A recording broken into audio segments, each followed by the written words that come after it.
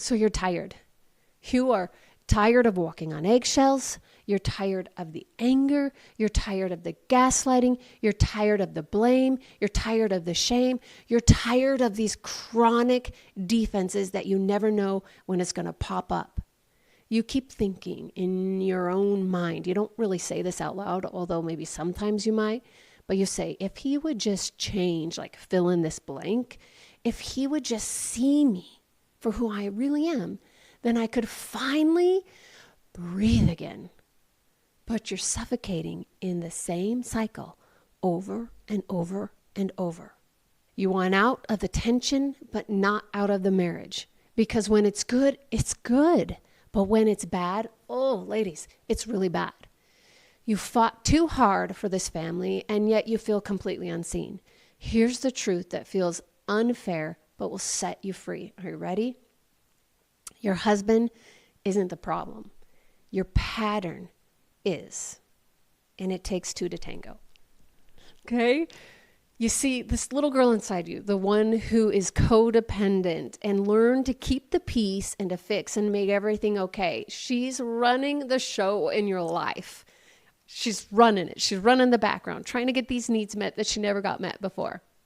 She learned that love meant managing everyone else's emotions just to stay safe. Her body grew up, so she's an adult now, and she's married. But her nervous system is like this ancient mosquito that's like stuck in amber. It's still fighting to be chosen, seen, and loved. And every time he shuts down or defends or becomes defensive or withdraws, her body panics and she hustles harder to earn connection, but this connection can't grow where self-abandonment lives. It's impossible. Romans 12:2 says, be transformed by the renewing of your mind. This is what God is inviting you to do. Transformation from the inside out, not the outside in. You are never meant to carry his emotions, fix his story, or manage your marriage by losing yourself. If trying to fix him worked, he would be Superman by now, or even better yet, he'd be Jesus. And we both know that is not the case. So perhaps we can give ourselves some permission to acknowledge that if our old strategies worked, then he would be really great. So they must not be working.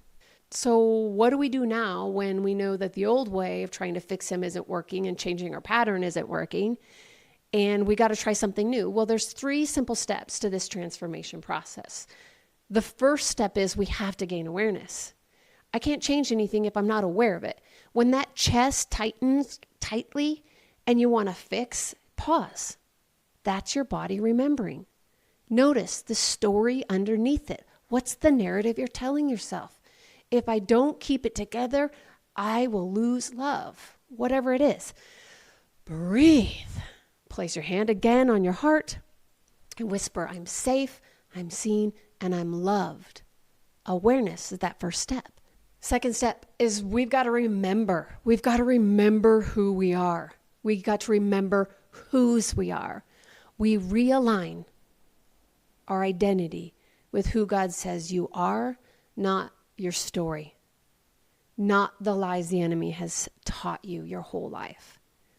We've got to let God show up for that little girl who's still trying to earn love. What he already gave you is this unconditional love.